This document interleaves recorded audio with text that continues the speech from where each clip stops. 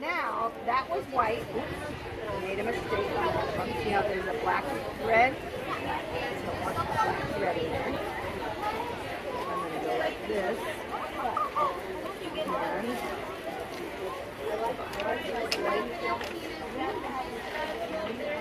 White.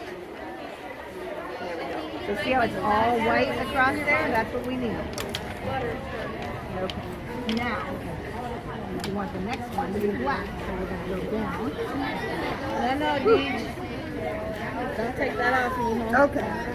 Let's see. We need a different color. How about green? We haven't had green for a while. Is there any green? Over there behind you. How do you make the threads change? Up and down.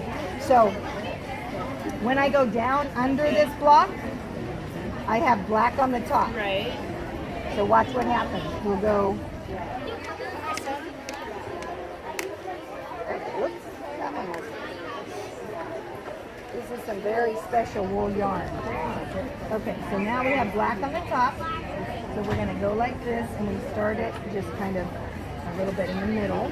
So you want to push that down for me. Tap it down. Okay. So now you're going to put it up, and you're going to actually stick the heddle into these little spots.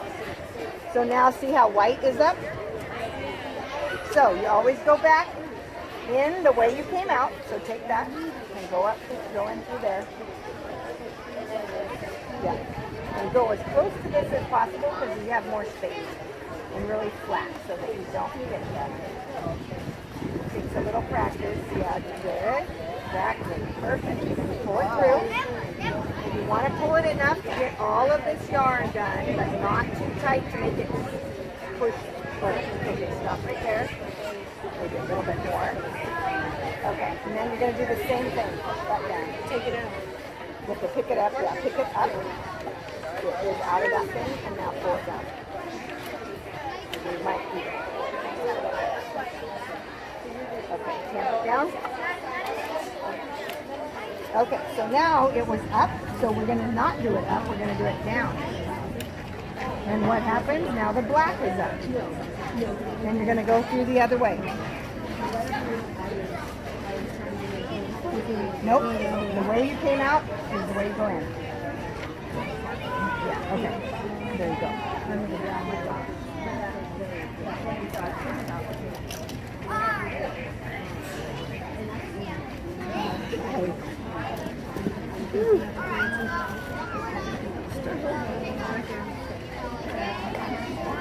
That's good.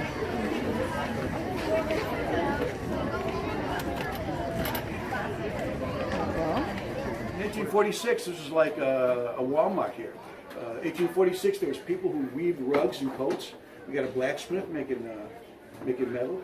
Over here is a vaquero. He could make saddles or clothing for you made out of hides. We've got a cooper. You know what a cooper is? A cooper makes barrels. We got a barrel maker up there. What do they use the barrels for? You think of them? Oh, well, liquid. You can salt the meat and stuff it in there. Vegetables, anything.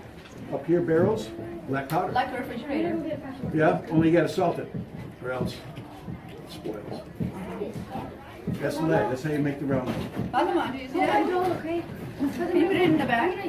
So, really quick, how do you make a round ball? Look. I'm gonna take. So that's the ball, wrong. right? The round ball. Okay, one of these now. So I'm going to take some lead. All this is lead in different forms. The big ones you'd have on a place that makes a lot of round ball at the same time. This is what you'd use in the field, only one. So I put some lead in here, and I stick this in the fire. Anybody watch the Patriot? And this is going to melt. Then I'm going to take my ladle and take some of that melted lead and I'm going to pour it in this mold. And when it cools, out comes a round ball of lead. Whoa. And that's how you make lead round balls. But these I'd make in the field. I wouldn't. This wouldn't be a factory. We're going to make that in Jello. Horseshoes.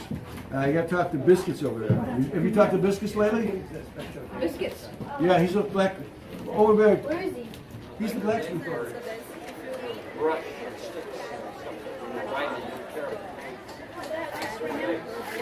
Alright, let's take the step. Turn it over. Oh, nothing else? I'll see. Alright, let's close it up. This is my guard. Watch out. Here's what I made. I'm gonna make delivery of these. These are hooks. Are they hot? No, but if they were, what side of your hand would you check them with? The back. You check with the back. You burn the back so wet.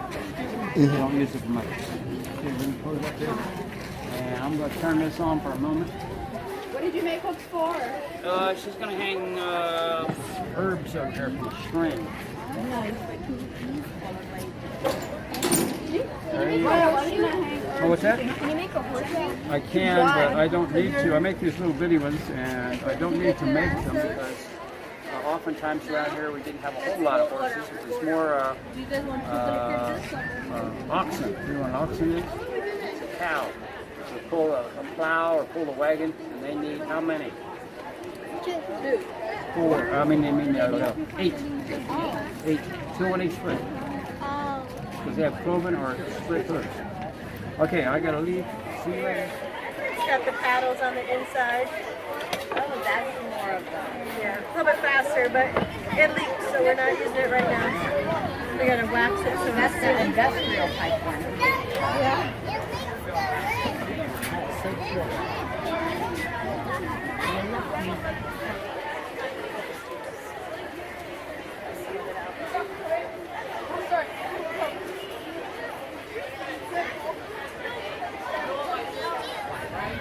Look, they're making litter.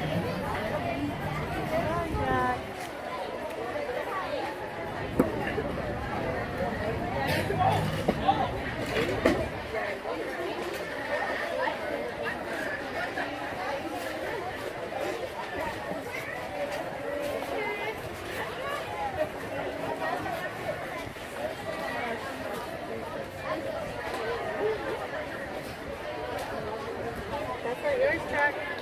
Mr. Tigers. I will.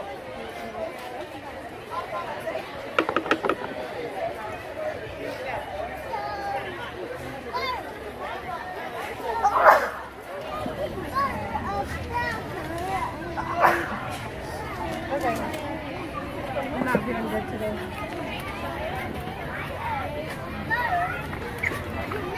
Want your remedies? Look, they're making butter. Captain Sutter is supposed to be out Move back. We have to have at least a foot of room between the rope and where you are. If the rope goes down, we are required to stop firing and you won't be able to see it. Over here. Captain So- Sutter's Gotta be right off the here. barrels. Gotta be on the barrels. Come on. We have rules around the port. We have to abide by. I don't. Are you supposed to be in the bear flag? Captain Sutter. This is Captain Sutter. I don't know. I don't have any. Mom, I don't. Good afternoon. How are you all today? Thank you for visiting Sutter's Fort. Before we get started on our cannon demonstration, we are going to learn about the Bear Flag Revolt. Who here has heard of the Bear Flag Revolt before? California flag. Pioneers, you should all have your hands up right now. This was an event that happened in 1846. Historians have called 1846 the year of decision. War had already broken out between the United States and Mexico over Texas, and there was a growing American population here in Mexican California that had started to be an issue. Actually, in 1846, 3,000 Americans were traveling over in California, making California their home, ending right here at Sutter's Fort. But on April 17th, 1846, Jose Castro, the general of the Mexican army, issued a proclamation to report the undocumented Americans from Mexican California by the end of the year if they did not produce citizenship papers. This sparked fear in the eyes of all the Americans that were living here at Sutter's Fort in the surrounding area. But happening at the same time was something else here in California. We're going to talk to our first two individuals here. What's your name, sir? John Charles Fremont. And your name, sir? Yeah, we don't. It's okay. You have it in your Jake Carson. Now, Mr. Fremont, what were you doing here in California in the 1840s?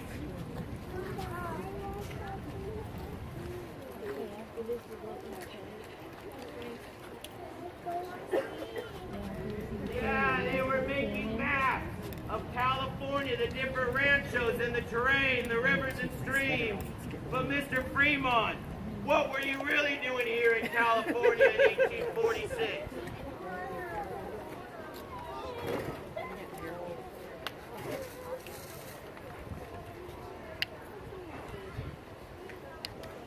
Yeah, so he was actually, Fremont and Kit Carson were here on a secret mission by President Polk to try to gain California through peaceful means for the Union.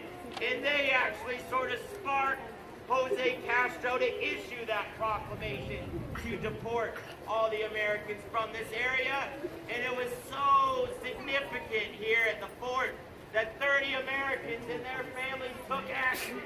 On June 14, 1846, a group of 30 men who called themselves the Los Osos decided to take action, and we're going to talk to our next individual here. What's your name, sir?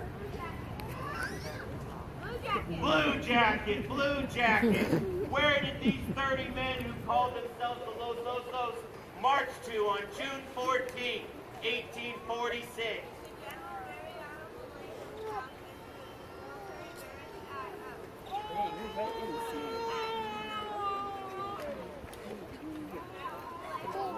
They marched to General Vallejo's house and barracks in Sonoma. They took over the barracks and proclaimed California an independent nation. And Mr. Blue Jacket, where did they send Mr. Vallejo prisoner? Right here at Sutter's Fort. Now, how do you know this information, Blue Jacket?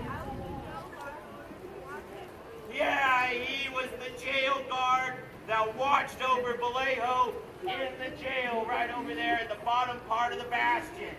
Now there in Sonoma, they have taken over the barracks and proclaimed California an independent nation. And many of the pioneers that were there were tasked with trying to create a symbol for their new nation. And I'm going to talk to our next pioneer here. What's your name, miss? Nancy Kelsey, what was your role during the Bear Flag Revolt? I helped William Todd design the Bear Flag. She helped William Todd design the Bear Flag. William Todd was the nephew of Mary Todd Lincoln, and we have the Bear Flag here. Now here is the Bear Flag that Nancy and Kelsey helped design. They put on there a red star to represent the Lone Republic, just like Texas. And they put on there a ferocious grizzly bear. But Nancy Kelsey, what did all the Californios think that bear looked like? A pig! They didn't think it looked like a bear at all.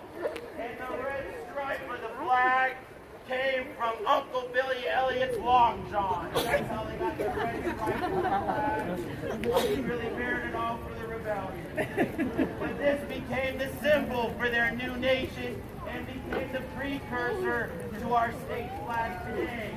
But we're going to talk to our last pioneer here. What's your name, sir? John Bidwell. John Bidwell, Sutter's head clerk here at the fort.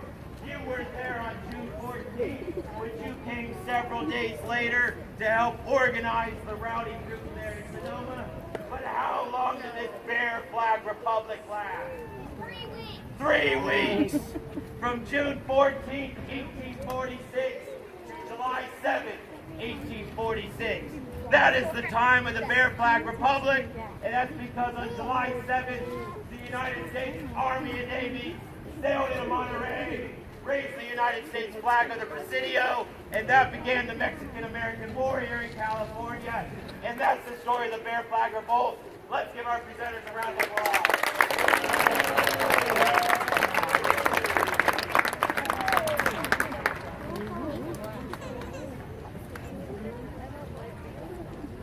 Now we're going to get started on our cannon demonstration.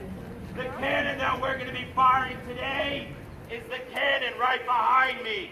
This is a replica of Sutter's favorite cannon. He acquired the original cannon when he purchased Fort Ross from the Russians in 1841.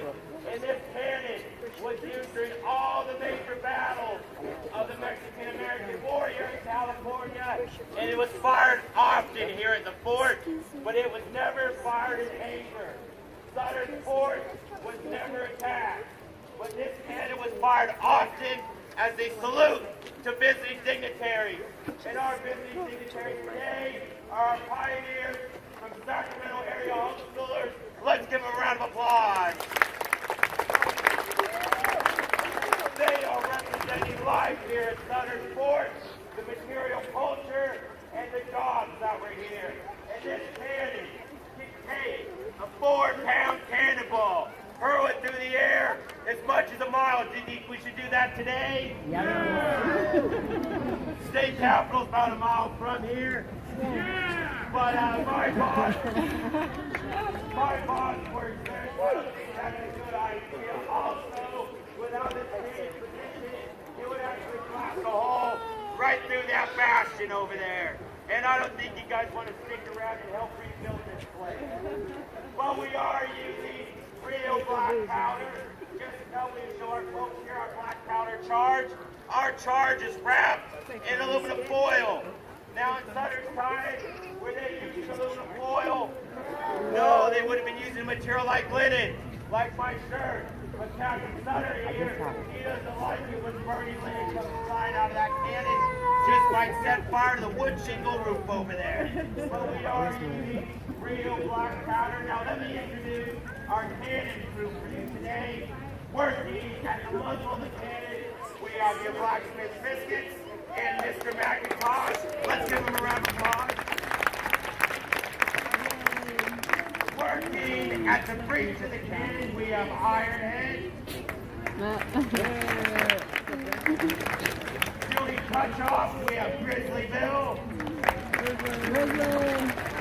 And powder machine, we have Jessica. And I'm Pack Fuel, and I'm Gun Cap. Sure they have a CC Now, there. normally, we would need to have 9 people to fire the cannon for a full crew, but we don't need to have 9 people to fire the cannon, because our crew has 2 women on it. Let's give Ironhead Gunners Post! Okay, I want to use it for battery. That tells everybody to get to their box. Now we're going to treat this cannon as if it had just been fired. So my next command will be, worm the bore. Mr. McIntosh will take a corkscrew like device. He will put it down the barrel of the gun, twist it, and he will use that to remove any excess debris that might be still in the cannon. But now we have a very hot cannon barrel that might have burning embers still in it. And we don't want to put gunpowder down the barrel in that condition. It's unsafe. My next command will be wet swab. The wet swab is like a giant Q-tip. Mr. McIntosh will dump it in a bucket of water, run it down the barrel of the gun to extinguish any embers that might be still in the cannon. But now we have a wet cannon barrel, and we don't want to put gunpowder down a wet barrel. It won't go off. So my next command will be ceasefire. Clear. My next command will be dry swab.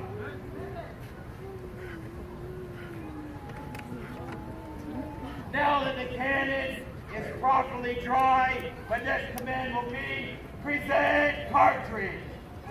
Jessica will walk to the front of the cannon. She will present the charge of gunpowder to Mr. McIntosh, who will then present the charge at the muzzle of the cannon, and then Jessica will ram the charge to the back of the barrel.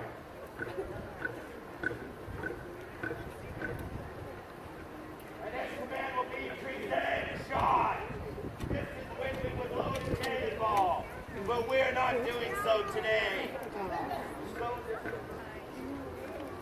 My next command will be pick and prime. Ironhead will take a brass stick. Brass, so that it won't spark like iron or steel will. She will put it down the vent hole. She will puncture the charge at the back of the barrel, and then she will take a fine-grained gunpowder and pour it down the vent. And this will create a fuse that gunpowder at the back of the barrel with our lid stock. Chris and Bill over next to the fire pit. He is holding our lid stock. At the end of the lid stock, he's taking a slow neck, which is a rope soaked in potassium nitrate, and Bill will use that to steady 6 distance away while firing off the cannon. So, this cannon is now ready to fire. But we have some people in the fort right now, and we might have some people outside the fort eating lunch or having a siesta that don't know that this cannon's about to go off. And we need to warn them. So I need your help. On the count of 3, I need you all to yell, fire in the hole. And that means there's going to be an explosion. And then I want you to take your hands and cup them over your ears, because this could be pretty loud. Don't stick your fingers in your ears. Cup your hands over your ears. And if you have any little ones with you, please sacrifice your ears for them. Pioneers, are we ready? 1, 2, 3. Gun crew, prepare to fire. Clear front, cover your ears. Fire, we're ready. Just like.